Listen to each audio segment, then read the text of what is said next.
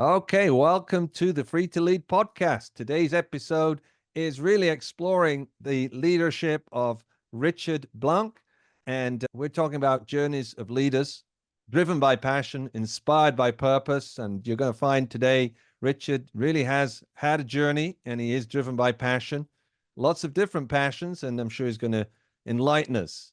So, Richard, welcome. Welcome to the Free to Lead podcast. I'm so happy to be with you and your audience today. Thank you so much. And I'm definitely going to share my story of my long shot that hit that brought me to one of your favorite places in the world, Costa Rica. Yes, definitely is. Great. All right, good. Tell us, what was your journey? What was the drive? What pulled you forth, and how did you end up in Costa Rica?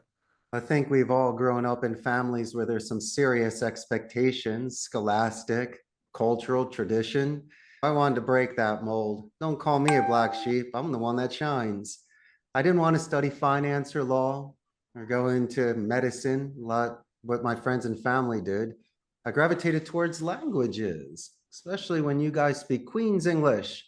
How envious am I? Hmm.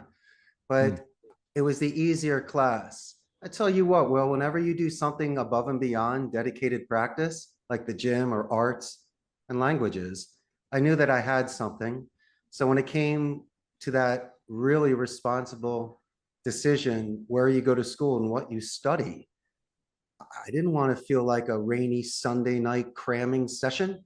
That would have broken me. I didn't want that sort of pressure. I didn't want to live in that box. So I said, listen, let me be a Spanish major. It might make me marketable. I could get a job.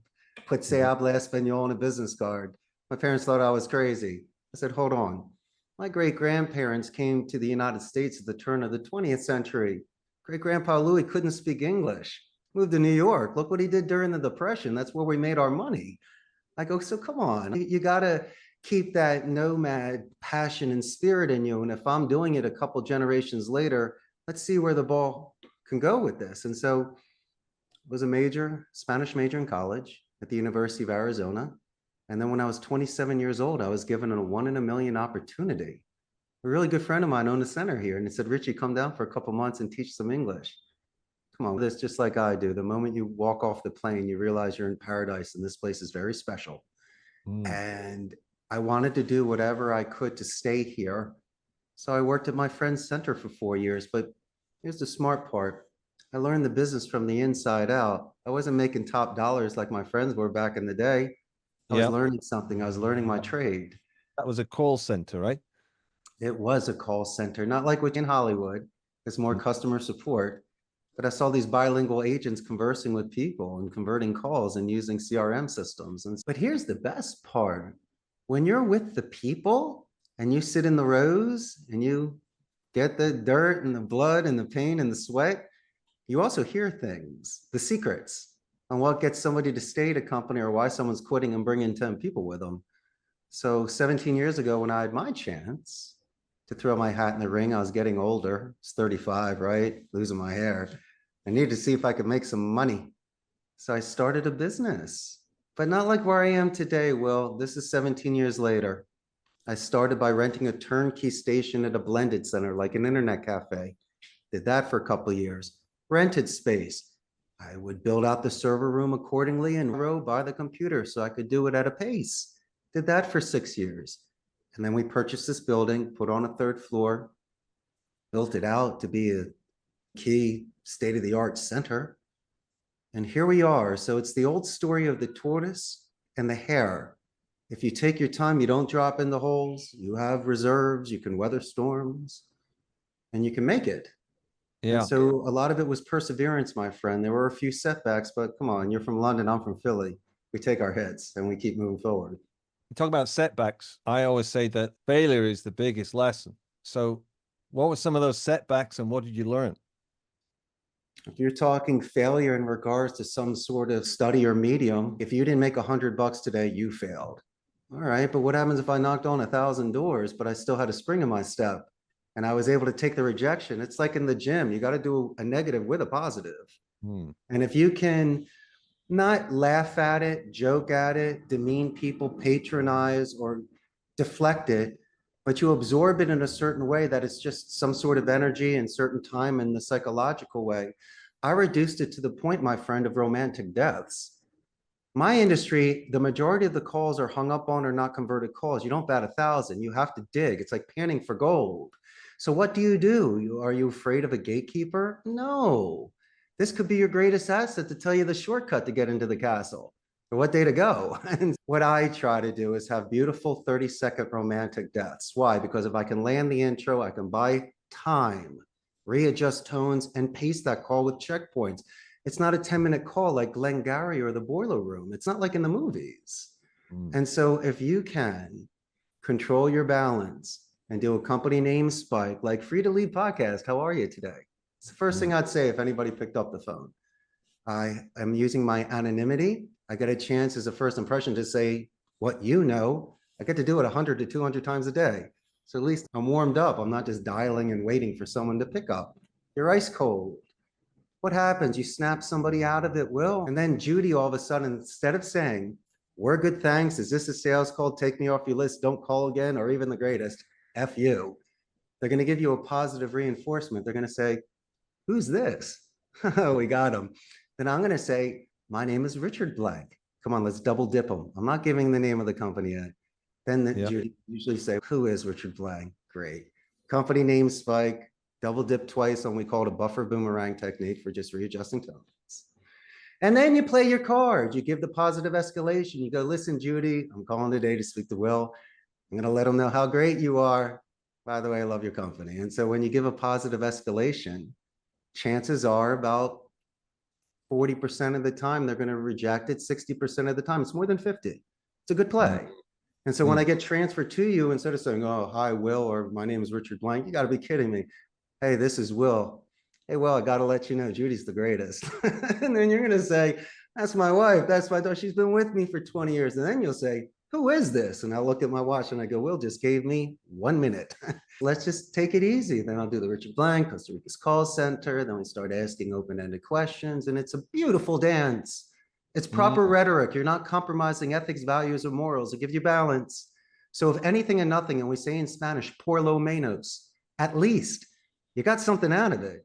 If you leave a really good voicemail, if you write a very detailed due diligence email to someone just to get their attention, that's how you play the game. You got to snap them out of it. And if you can anchor with somebody, you can buy time. So those are the sort of soft skill suggestions that I make to not only my clients, but the agents, to even myself. Because if you need to do this, don't make it a forced march. Make it something that you feel comfortable with. Yeah, I can certainly hear the passion in the day-to-day and what you do and your trade in what you're doing. I worked as a registration manager for 8 years, calling people. So I do know some of what you're referring to in some of those kind of calls. And what the question that came up was, okay, you got passion, but what is it that really keeps you going? What is it that pulls you forward? What's the purpose? What context inside of which is it for yourself that you're doing it? Golden jewels lose its luster. I've made enough money where I'm comfortable on how many dinners can I eat. And I'm not really into the sort of things to compare myself to others like Rolexes and Lamborghinis. That's not my style. I collect pinball machines. My main thing is self-improvement. If I can get up every day and make my bed, be happily married for 24 years still, hit the gym, which I love, walk the rows and try to pay it forward to the freshman as a senior. It's a great life. It's a fun life. And then I have a luxury trade. I get to write. I get to listen to phone calls. I'm not bored. I still have fidelity. I still feel young. And so you can't crack that glass. You have to be very delicate with your life and your time. And so fortunately for me, my really good friend, I chose something that gives me severe satisfaction. And the market speaks. If people have been with me for 15 years, if people come back to work, especially in a call center, and they say, good morning, Jefe, man, I've done something right. Anyone can have $1, any loser and any player. Doesn't mean anything. It's the friendships that you have, or it's the time when you say the right thing, or even sometimes not say anything and just sit next to someone and give them their time. Oh man, I'm 52 years old. Life is flying. I still feel like I'm 17. So I'm trying to do some things today that give me inner peace and not an upset stomach. And if it's not sacrificing, but investing my time where I'm not earning that money at the moment, I might make it back. Why? Because someone might refer me, or they just might say, go, Richard, go, and pay Yeah. it forward. And so um, leading is all about people wanting to be led by somebody, not just the loudest person at the moment screaming, go this way because we're in a riot or at a concert or something. It's when you have a luxury of a track record and they've seen you during your best and your worst times and they judge your character during that, that's when the people come to you and say, listen, you didn't realize it, but that day when you said ABC, that got me out of this thing. And I was able, you don't have no idea that you even said it, but Mm. you made that impression. And so my leadership to me, my man, is not how many tickets I sell at a concert or where I am on a billboard chart or in the top 500 richest people somewhere.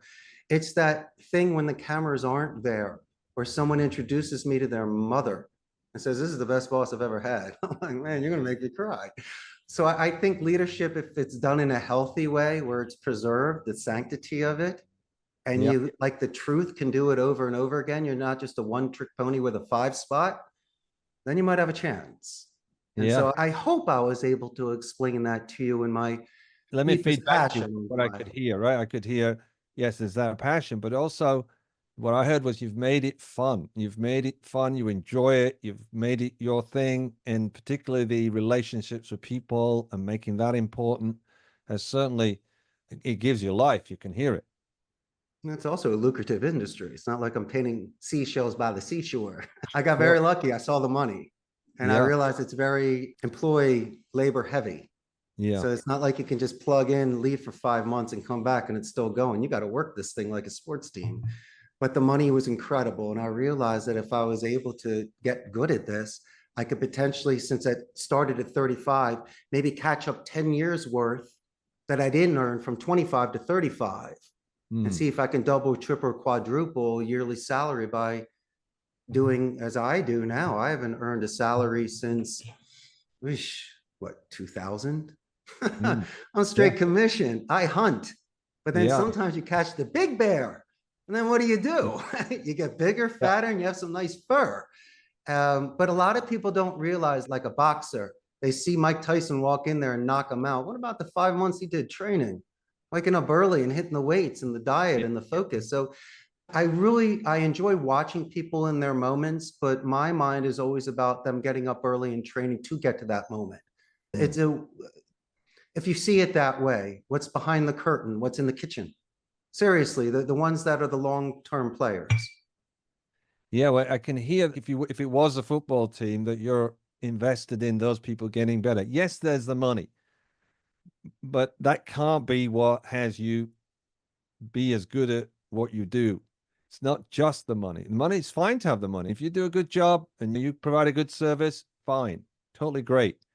But you can't have that be the driver. It has to be, okay, that's that. And this is my craft, or this is my raison d'etre. That's the best stage, the honeymoon stage. Mm. When you first start making real money, it's the weirdest feeling in the world. It's like a child that walks into a candy store with $5 and everything's a penny. This is crazy. So what did I do? Besides the investments in the business and the computers, that kind of wasn't fun. So I went out and started collecting pinball machines and jukeboxes and stuff and Right. making a great game room. So I was able to fulfill a childhood dream. And Mm. fortunately for me, I had the room and it was a perfect medium for this younger generation to try machines they've never done before. Yeah. So maybe if you have the money and you invested or put it where other people can enjoy it, where you buy the pizza for everyone, or when someone does a whole round for the bar, I enjoyed that better. And I didn't want anything in return. And I just wanted to make sure that the environment for the people was the best that they could be because I could afford it. Yes. And that was very nice too for leadership. You don't have to put people in a third class position. Always put them in first class. Mm. And it's the way you treat them and the way you treat yourself. Great. Excellent. Excellent. Just looking at that pinball machine, what's your favorite track? Or and there'll be a 45, yeah, 45 single, right? What's your favorite? What do you always go to? I Is it always go with In right? Excess, In Excess, Suicide Blonde, my favorite song. But I know what you're thinking. Whenever I buy this 1961 Ricola Regis, that I would have a huge cachet of, let's say, Duran, Led Zeppelin, Jimi Hendrix. No way. It's all artists from Central America from the 60s and 70s. I got not even La Bamba. So all these people are like, yeah, my mom loves that song. You can have it. But Yeah. I had to bring down my own, buy some on eBay and restack them. But I love classic rock, everything back in there. Yeah. And I don't really listen to too much music today. It's interesting, but Yeah. I really grew up more of the 80s and the 70s and the 60s. If you get me, as I mentioned before, Depeche Mode, In Excess. I love that stuff. I'll put that in there all day long. Yeah. Great. Well, I thought the 60s, being a 60s jukebox, you might have some Beatles on there and Rolling Stones and, you Of know, course you do. CSN, Janis. Of yeah. course you put them in there. Joe Cocker, a little bit of him. But the Oh, Hendrix, man, that stuff's expensive. Trying to find those old 45s that work. And so what some people do, which I will admit, I got my Bluetooth and MP3 in there. I changed out the speakers, of course. I got the originals, I kept them. But as long as the outside is preserved and you got the keys and you can really work with the marquee, it's a beautiful thing to have in your living room. People will love it. Put that next to a pinball machine. You'll be the most popular cat in your neighborhood. Everyone will definitely want to come and hang out. great. Great. All right, good. What would you say to someone who's started their own business? They're struggling right now. Uh, with all your years of experience in building that business and obviously being quite successful, what would you say to someone who's struggling right now? Define struggling. Would it be financial, physical? Do they have time? Do they have a wife that's just yelling at them? I don't know. But this is my thing, my friend, is stay the course. You don't Hmm. need to do it through leaps and bounds. It's one step without sounding cliche-ish. But if you also have a job, then keep that job. Be responsible. Do something. 80 hours a week is a normal time for a CEO. 40 hours is part-time. So if Mm. you could find the evenings and weekends, telling you to go out and if you have trouble public speaking, go to certain places, network. It's easier said than done. So why don't you do the thing that's fun? For an example, when I was Hmm. learning Spanish, sitting down and reading was a chore and studying grammar. What was the most fun for me where I could get the most bang for my buck? I would watch a movie in Spanish with Spanish subtitles, or so I could understand the grammar. I could Yeah. follow along if there's phonetic noise. Someone's going too fast, I can catch it, I can look it up. So I think what you might need to do is focus on certain areas of the 10, focus on which one you need to focus on, then work on it, then move to the others and dabble in the ones you hate the most, like doing laundry or ironing. Still got to do it a little bit every now and again.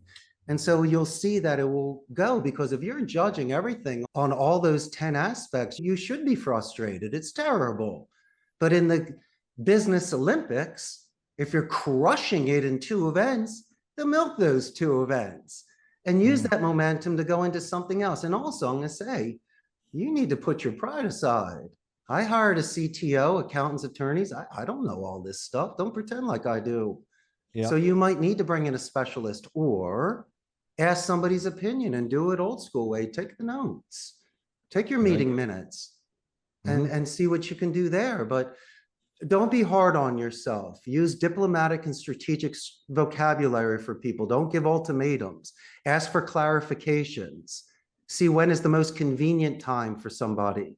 Do your due diligence when you follow up with them so you can anchor and maybe reduce any sort of doubt that puts you in the basket of all the people that are just trying to pitch their business. And so I tell you what, I mentioned romantic deaths before. It's the purest thing I did because I didn't do anything wrong. I said free to lead podcast. I said hello to Judy. I introduced myself and my company, and I was letting Judy know that Will is going to know how great she is. What's wrong with that? What's wrong with that? I did nothing wrong. And so Yeah. just in my industry, because most of your people are not telemarketers, my mindset is if I can handle that 1 to 200 times a day, guess who's jumping clouds? Me. I didn't go into the contracts, the rebuttals, the 7th minute in. Answer, we're not even there yet. Land Mm. the intro, or you're not even going to have anything. I'm going to Yeah. say something else. If they love you, put the checkbook away. It's not even a sales call anymore. They're Mm. giving you the business. So Yeah. the stress comes from yourself. You're giving Mm. yourself that sort of resistance by being way too hard on yourself. And so make your bed, damn it, so you can show that sort of self-respect. You should be able to look at yourself in the mirror and give yourself 5 every now and again, because Will Steele, that's a pretty cool thing to do. And then finally, reach out to gentlemen like you and me, and on the sly, tell us the good, the bad, and the ugly, and maybe someone can give you some sort of direction. And that's my only advice for you and your amazing audience today. Awesome. Where do you see yourself in 5 years' time then, Richard? I'm totally retired and writing children's books. That's what I'm going to do. All right. All right. It's been great having you on the show. Thank you so much. And really a pleasure to have you on the show. Thank you so much. Wonderful times. Cheers, my friend. Great. Thank you.